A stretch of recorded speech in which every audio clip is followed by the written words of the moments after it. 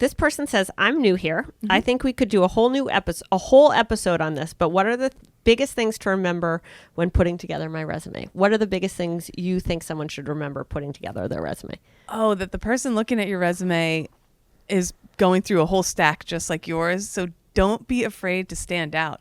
I feel like people are so nervous to do something wacky when really that's probably the only thing that will get you noticed. Like, I don't know. I always think of Arya with the pizza boxes, how he delivered. Probably the only reason he has a job here. Only reason he has a job here. And turns out he's incredibly talented, so that worked out. But like, he delivered a bunch of pizzas to Barstool. When you open the box, his resume was in there. Immediately stood out to Dave. Like, don't be afraid to get weird with it. Yeah, don't be afraid. I think that's a great line. We've had a bunch of people here like that. We had Francis Berry he wrote the story of us handing out the Goodell towels at Gillette Stadium, made it into a box, created an entire book, and that was his resume. Yeah. I had a guy the other day send me a CVS receipt. So we had one guy who sent us a framed movie poster with QR codes. Like, that's how you got his resume. So awesome. I agree with you. I think one of the things when you're putting together your resume, you got to remember that the hiring manager is looking at hundreds of other resumes, dozens, if not hundreds of other resumes. 2 is they're looking for very specific things. Do you have the experience they're looking for? Do you have the skills that they want? Do you work at a place that is somewhat relevant to the company you want to be employed by? And do they like how you come across? What are the things you've done? How long have you stayed at your various jobs? My big thing on your resume is I don't think you should sweat your resume too much. I don't think you should obsess over your resume. One, because it's a commodity. There's, dozens or hundreds of resumes that somebody's looking at.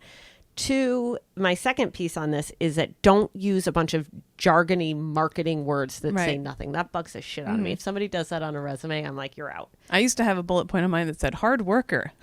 Like shit like that. Yeah, it's like, oh my God. Directed to the point. Yeah, not great. Directed to the point. So I think that knows Excel. Yeah, exactly. I don't. Proficient. Mine was proficient. My mother made me put that. Proficient at Microsoft Office. I remember I had one resume once that I spelled the word YouTube wrong. So anyway, so you do you. Try to stand out if you can. Yeah. If you really want a job, you've got to rely on something else than your resume. Yeah. Okay, second one. This one's sad. This one makes me sad. So let's give this person some love. Erica, I'm stuck. I have no clue what my passions are. I want to make a career out of something I'm passionate about, but I can't spend another dime on schooling, and I don't even know how to figure out my next move. What do you recommend to someone in their 30s who feels so completely lost in life? I relate to this. I was in my late 20s by the time I got out of the military and finished school. And I thought, oh my God, it's like too late for me. And, once your GI Bill's up, I didn't have money to go back to school again either. And a huge thing I started doing to figure out what my passions were, because I was lost. I had no idea what I wanted to do.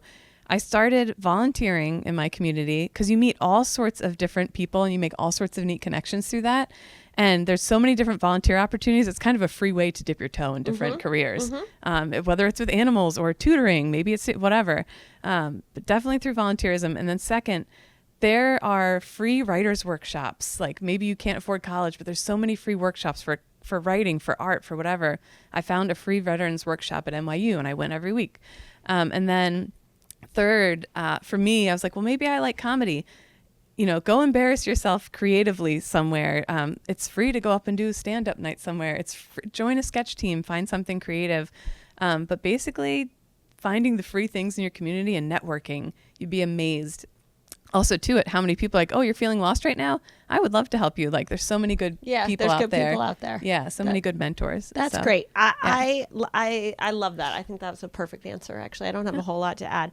I think the other thing is what's amazing right now about Netflix and the internet is you can truly educate yourself about anything. Like, I spent all weekend watching masterclasses. Masterclass is an amazing service. I learned Bobbi Brown makeup tips. I learned about writing a novel from... She was speaking fluent Cantonese when I walked in. It was crazy. It was just from one video. Ooh. It's amazing. I'm so gifted. She's very advanced. There's nothing she can't do. Yeah. But I think that you can find you can find information about things that you're interested in without spending money. So that's the first thing. The second thing I would say is everybody feels lost. Yeah. So you're not alone in feeling lost. Everyone feels lost. Don't be so hard on yourself about not knowing what you want to do. And then I think your point is great, Kate, which is just to start somewhere. Try something. Maybe you got to take a day job to like pay your bills and make ends meet, but then pick 2 to 3 things that you might be interested in. And it's totally okay if you hate them. Right. And you can be like, ooh, I'm crossing that off the list. I'm going on to the next thing. Yeah. Part of the process. Part Helps of the process. you hone it down. That's right. Okay. Hold on. I got to relog onto my computer here, Kate. My jeans are so tight, Allie, that I can't lean over. I don't have Kate's. You can keep that in. That's fine. All right. We both topple over and we're like stuck out like turtles on our backs. All right. Okay. Third Q&A, Kate, is... What is the process at Barstool for when something goes from an idea to full out execution and making it happen? Example, the Barstool College football show or even just a new podcast or YouTube show. Do talent pitch ideas to you and Dave? I think it depends definitely on the scale of the production, like how much production does your idea actually need? And the more support it needs, probably the more levels it has to go through to get there.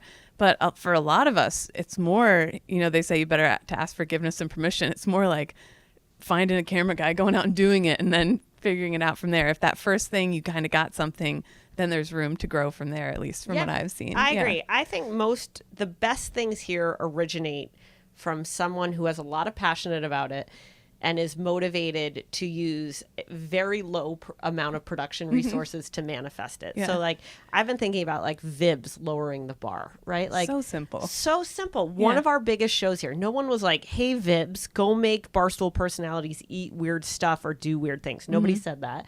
Vibs was like, I'm either going to sit here all day and probably feel insecure and anxious about what I'm doing because Dave and I are walking by being like, what are you doing? Yeah. He created the show. It's probably a top 5 show at Barstool Sports. And we all love it. And you love it. It's fun. That's right. So that's how we do it.